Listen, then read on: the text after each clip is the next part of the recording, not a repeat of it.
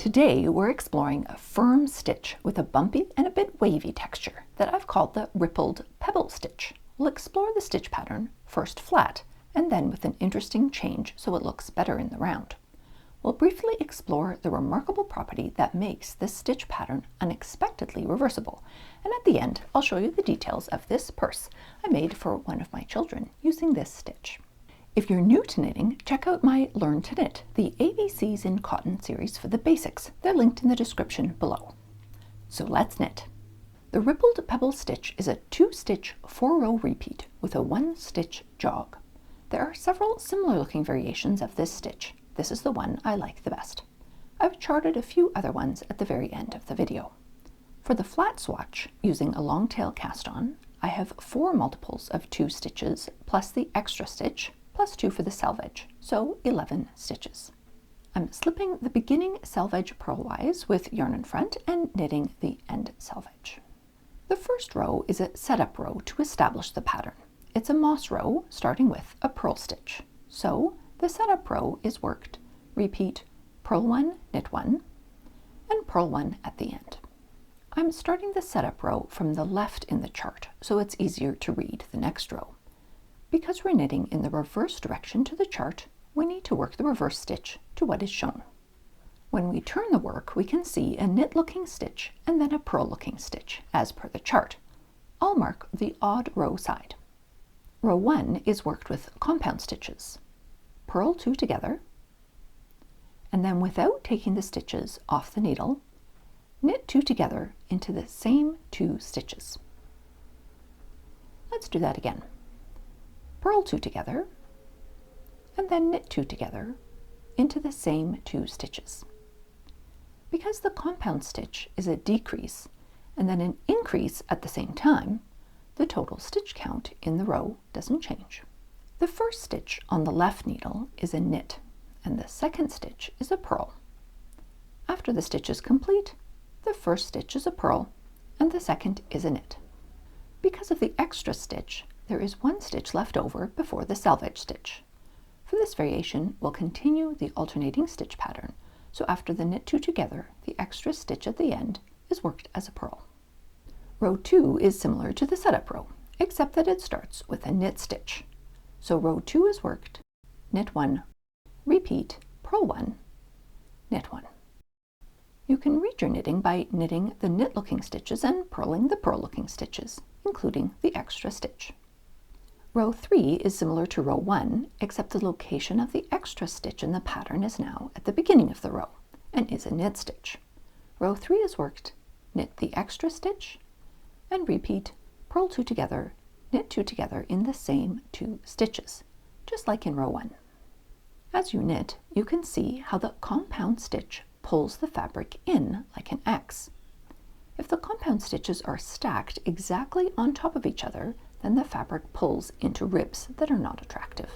So the extra stitch jogs the compound stitches for each odd row, and the resulting fabric is stretched in a balanced way. When we work the stitch pattern in the round next, you'll see an interesting change required for the extra stitch. Row 4 is a moss row, so it's worked, repeat, purl 1, knit 1, again purl the purl-looking stitches, and knit the knit-looking stitches, including purling the extra stitch at the end. I've knit a few more row repeats, and as we turn the row to start row 1, you can read your knitting to know what row you're on by looking for the compound stitch and making sure they're not stacked and pulling in. To work the stitch in the round, like for this purse, it's quite similar in general, except for the extra stitch. For sure, you can just read the chart only from the right for each round without any changes. I've tiled the stitch pattern to show the join in the round due to the spiral nature of circular knitting.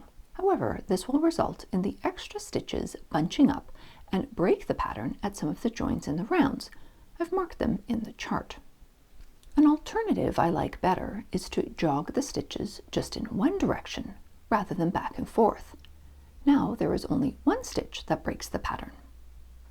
Although it's not completely seamless, the resulting fabric only has a subtle diagonal join in the rounds. An additional benefit is that now it's a 2-round repeat. Before we look at the details of the purse, is this really a reversible pattern? doesn't really feel like it on the face of it, with two very different row types. We know that the knit stitch is the reverse of the purl stitch, and the purl two together is the reverse stitch of the knit two together. For this pattern, the key to the reversibility is in the integration. Because the purl two together and the knit two together are worked into the same knit purl stitch pair, the resulting compound stitch is self-reversible. The reverse of this compound stitch is the stitch itself, so it can be worked on only one side of the fabric without having to balance it out on the other side. This means that the chart for the other side of the pattern uses exactly the same symbol, even if the compound stitch is worked in exactly the same way. Can you think of any other stitches that have this property? Purely coincidentally, the last video on the crossed heart stitch also had very different even and odd rows, and I mentioned that it's not very common for reversible stitch patterns. It works for the crossed heart stitch because cross one right and cross one left on a knit purl or purl knit pairs are also self-reversible. Let me know in the comments if you know of others. A quick note, I also played with making this pattern an even stitch count, flat and in the round, which interestingly works in a similar way. I've put the resulting charts for lots of variations at the very end of the video if you're interested. The fabric resulting from the rippled pebble stitch is firm and holds its shape, has very little stretch, but is still pliable and not as stiff as the linen stitch, for example.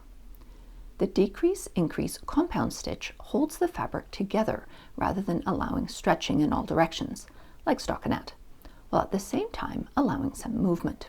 When you look at it from different angles, the look of the fabric changes, just like ripples over pebbles. For the purse, I found this yarn in Greenock, near Glasgow. There were several beautiful yarn shops right near the port. The colorway works well for the purse because it has flecks of blue and green and white that reminded me of the ocean, and the stitch pattern mixes up the yarn so it doesn't pool into color blobs and still maintains the beautiful color combination. The wool is also wonderfully crimpy and so holds the stitch definition. Any yarn that isn't too squishy will work well for this pattern. Because the resulting fabric is firm and there aren't big holes between the stitches, it's great for a project like a purse or bag. I started the bottom of each pocket knitting straight and then picked up the stitches so I could knit the rest in the round.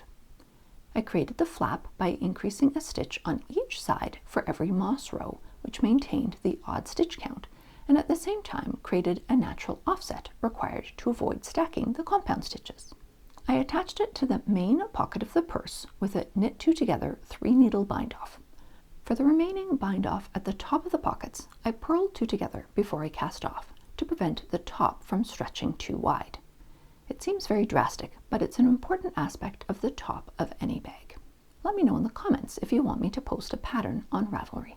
For the next video, we'll be exploring an interesting 3-row repeat pattern that creates a wonderfully squishy fabric that I've called the bark stitch. And later this year, look for a 5-video series like last year. This time it's the ABCs in acrylic. So pick up your knitting and create something awesome. I'll do my best to respond to comments, and I'd love to hear about your favorite reversible knitting pattern. Also feel free to like this video and subscribe to the channel for more awesome reversible knitting. For those of you still here, the last few years I've been working hard to find simple ways to feel better, what I call my daily well-being practices. This is not medical advice, I'm just sharing what works for me. Today's well-being practice is about the healing properties and the importance of water. Hot water can relax muscles and alleviate stress. Cold water can shock the body to reduce inflammation and improve circulation. Drinking water is great for digestion, to combat heat, and our overall health. Even just looking at water is a great mindfulness exercise, especially watching rippled pebbles in a stream. Swimming is great physical exercise, and rain showers are just fun. We can all be grateful for water. Have an awesome day. Ma, ma, ma.